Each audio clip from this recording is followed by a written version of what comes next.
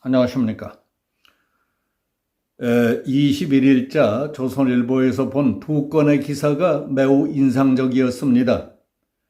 하나는 조선시대 한성 판륜에 대한 얘기, 땅의 역사였고, 또 하나는 문재인 전 대통령이 잊혀질 수 없는 이유에 대해서 쓴 태평로였습니다. 그 내용을 간단히 요약 정리합니다. 조선시대의 한성 판륜은 오늘날 서울시장과 똑같고 매우 중요한 자리였습니다.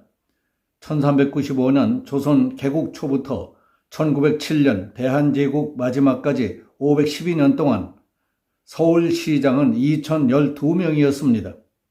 재직기간은 평균 3개월이었습니다. 1864년부터 1907년까지 고종시대 43년만 따져보면 429명이 한성판륜 서울시장을 거쳐갔습니다. 고종시대 서울시장 평균 재임기간은 한 달 6일이었습니다. 열흘도 못 돼서 자리에서 쫓겨난 시장이 2012명 가운데 153명이나 됩니다. 역사 기록에 기록되어 있는 사실입니다.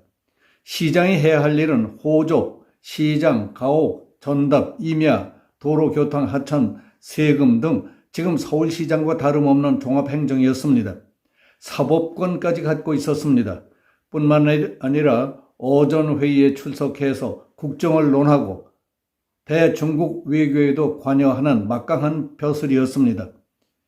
임금들이 모두 그러그러한 데다가 그 밑에 있는 벼슬아치들이 다 거기서 거기였으니 이 일은 무슨 일들을 했겠습니까? 해야 할 일은 무엇이고 어디에 인력과 예산을 집중 투입할 것이냐, 어느 것이 급하고 어느 것이 중요한 것인지도 모르고 왔다 갔다 하면서 거드름 피우고 행세만 했던 거라고 봅니다.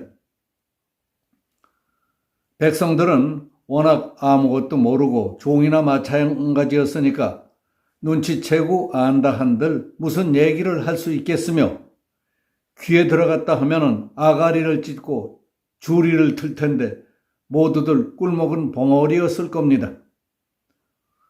오죽했으면 대한제국시대의 황실 고문이었던 주 대한제국 미국공사 윌리엄 샌즈는 조선의 관리들은 프랑스 혁명 이전에 세금 청부업자로 보면 틀림없고 신임 지방관은 어떠냐 하면 돈을 거둘 수 있을까가 고민이었다고 기록했겠습니까? 집권자와 집권 세력이 무지막지해서 세상 물정 모르고 자기 이 속에만 눈이 어두워 법과 원칙, 양심도 없이 설쳐대고 어리석고 허황된 데다가 지나친 욕심과 탐욕에 젖어 날뛴다면, 그리하여 인사무원칙, 업무무지, 부정부패가 만연하는 데에도 국정의 감독, 조정 기능과 법제도 원칙마저 마비된다면 제멋대로 국가 사회 조직을 주물러 터뜨려도 국민들은 멍청하게 보고만 있다면 망할 수밖에 없었다는 사실을 느낄 수 있게 해준 기획기서였다고 봅니다.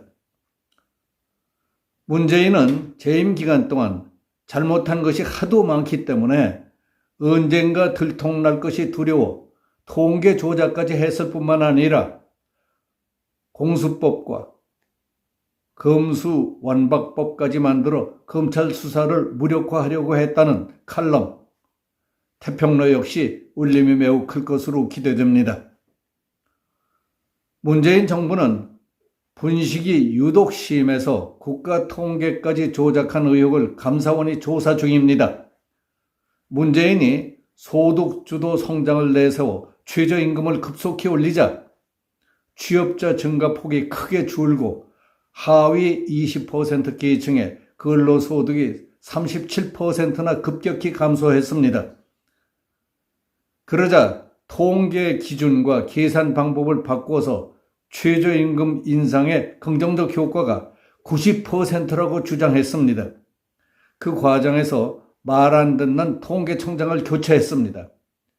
개가 꼬리를 흔드는 게 아니라 꼬리가 개를 흔들게 만들었던 겁니다.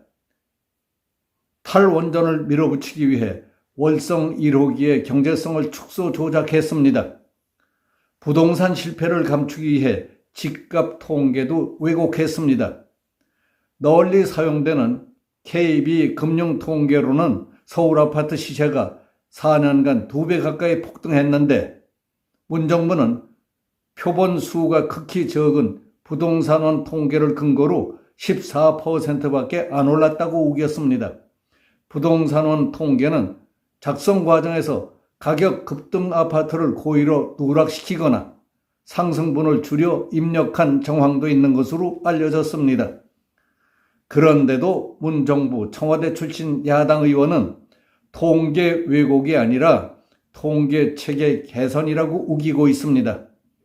통계 왜곡과 통계 체계 개선은 전혀 다른 것 아닙니까? 정 통계 왜곡이라는 소리가 거북하다면 왜곡 통계라고 앞뒤를 바꾸면 어떨까요? 통계는 정책의 기초이기 때문에 왜곡하면 나라가 망할 수도 있습니다.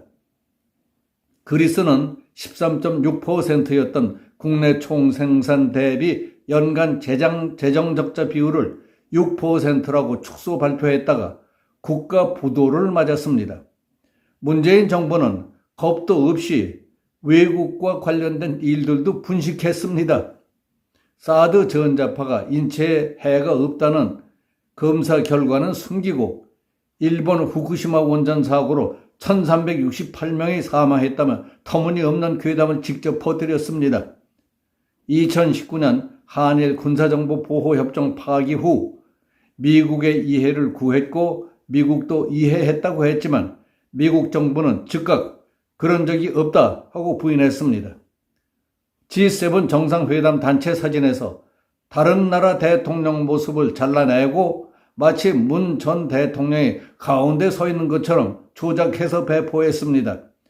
그래 놓고 대한민국 국격과 위상을 100마디 말보다 한 장의 사진이 더 크게 말하고 있다고 세계를 웃겼습니다.